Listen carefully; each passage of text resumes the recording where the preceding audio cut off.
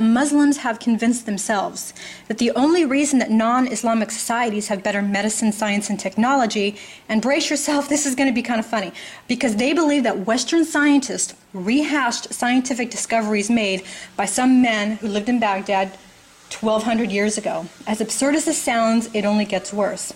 They also believe that the Islamic Renaissance happened because the scientists read the Quran, and that was it. Many Muslims, namely Zakir Naik, literally believe that the ancient Greeks, Romans, Indians, and Syrians made absolutely no contribution whatsoever to the Islamic Enlightenment in Baghdad. You may wonder, why this is relevant to all of this, but, be patient with me, I'm going to get to it. Muslims give the Quran and Islam 100% credit for the Islamic Enlightenment. And when I say everything, I mean everything. This would be kind of equivalent to saying that a Christian scientist discovered a new protein because they read about it in the Bible, and it's kind of like saying that Japanese biologists who make new discoveries first read about it in some Shinto scriptures.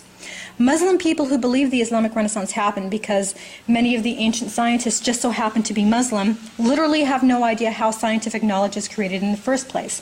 Their attitude does not give fair credit to their own ancient scholars who worked tirelessly learning from others, translating books, adding their own knowledge, and inventing new ideas.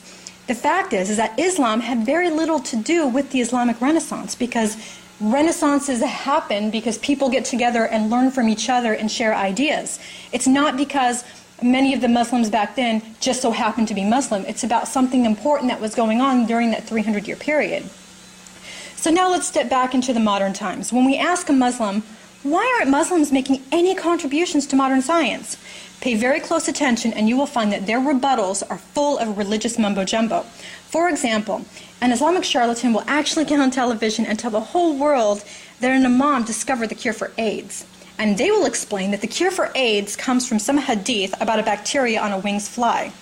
Or, for example, they will get on television and tell the whole world that American astronaut Neil Armstrong went up into outer space and discovered that energy radiates from Mecca, and there's some vast Western conspiracy covering it all up. Within these stories that they tell, what we really see is a much bigger story. We know that there's no cure for AIDS. We know that energy does not radiate from Mecca. What we do know is that Muslims attempt to legitimize Islam by speaking to the sensibilities of modern Muslim people, by placing Islam between modern science and the ancient text, the Quran. So within the stories that Muslims tell, we see that they attempt to legitimize Islam with science without earning any of that science themselves. And we also see that they appear to feel humiliated by the West. Islamic charlatans reiterate dried-up lies that infidels have better science simply because we stole it or rehashed it from Muslim men who died 1,200 years ago. They believe that the West steals everything from ancient Muslim scholars. Now, within this lie that they tell themselves, the charlatans have created a win-win situation where Islam can never lose. So no matter how much the Islamic mentality hurts Muslims, in their brain, Islam can never be under the West because Islam somehow gets credit for everything. So eventually, there is no need for Muslim people to make any contributions to modern science, medicine, or medical technology because 1,100 years ago, some dude in Baghdad invented a better way of making glass. Now, how is this relevant today? Well, I've already proven how this is relevant, but what I'd like you to do right now is to take a look at the image. This is taken from the TIMSS International Math and Science scores. The average test score for 8th grade children from Japan, Korea, Singapore, Hong Kong, and Taipei is 586. American and European children average 487. The average test scores for 8th grade children from Qatar, Saudi Arabia, Kuwait, Palestine, and Syria is 350. 8th grade children from Qatar scored the worst with 307 in mathematics. Now, what these test scores prove is that even from wealthy families, Muslim children are behind the rest of the world. This is what happens when parents care more about their child's religious indoctrination than their child's education in science. The reason that children in secular nations perform much better in math and science is not because we're more intelligent, it's simply because in our countries, we don't spend 30% of our class time in religious studies and teaching children how to pray and how to wash themselves before prayer and all that other silly mumbo-jumbo. If you're not convinced yet, go to the Nobel Prize website linked in the video description box.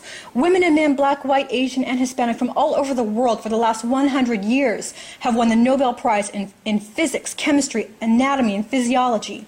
As Muslim people claim to be 1.5 billion in number, not one single Muslim has ever won the Nobel Prize in science. Ever. And I mean ever. And I invite anybody to go to that database and look through it.